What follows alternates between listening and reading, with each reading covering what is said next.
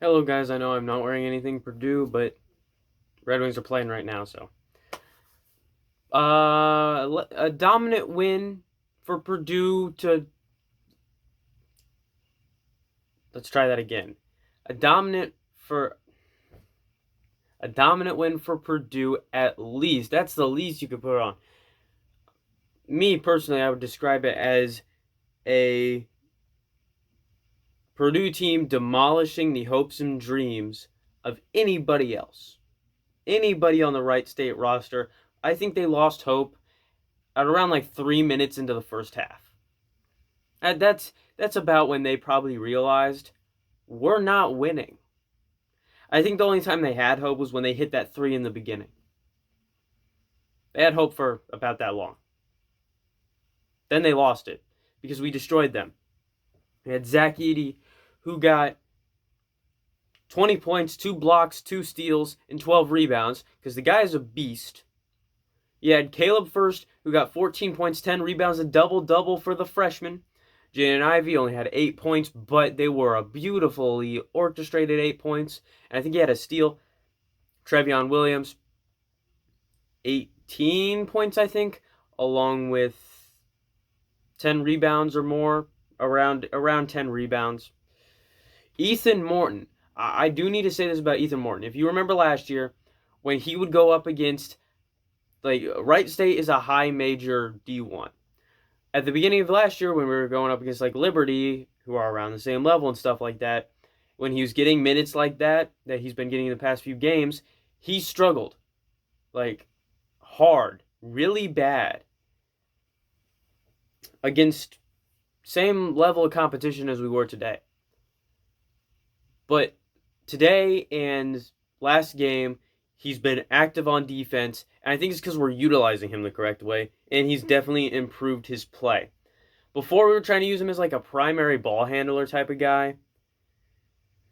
That's not what Ethan Morton is used for.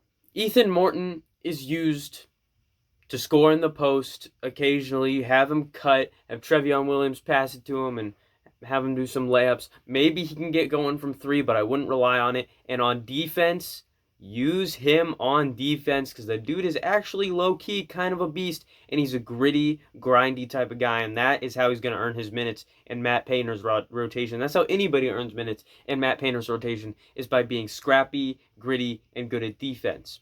And Ethan Morton has shown that he can do that, and if he can do that against elite talent,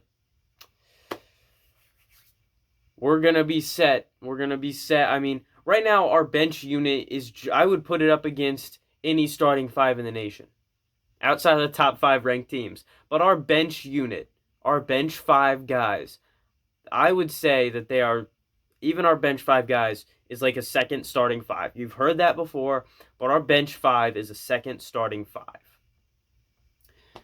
It's just another platoon of a starting 5. It's an extension of the starting 5 that we put out there at the beginning of the game. So really on this team there's very little difference between some of the starters and some of the bench guys because they're just like that. We are so deep in this team. And I'm excited for what the season has to come because this is the best competition we've faced and it's the biggest blowout that we've had. So I'm excited for Saturday when we get to face the North Carolina Tar Heels, ranked 19th in the nation last time I checked. That one is going to be our first test. That is going to be our first test. It's going to be our first real game where I'm going to actually kind of take it seriously when it comes to these videos and stuff and how players perform. I'll see you guys next time. As always, I'm not funny. And I think Purdue's going to have a good year this year. And I think that's an obvious statement. See you guys next time. Just got unlucky on a few plays tonight. You know, one of those plays, I thought he was standing still, but he just hit the shit out of that one guy, and the guy went flying. They blew the whistle, and they called it on him.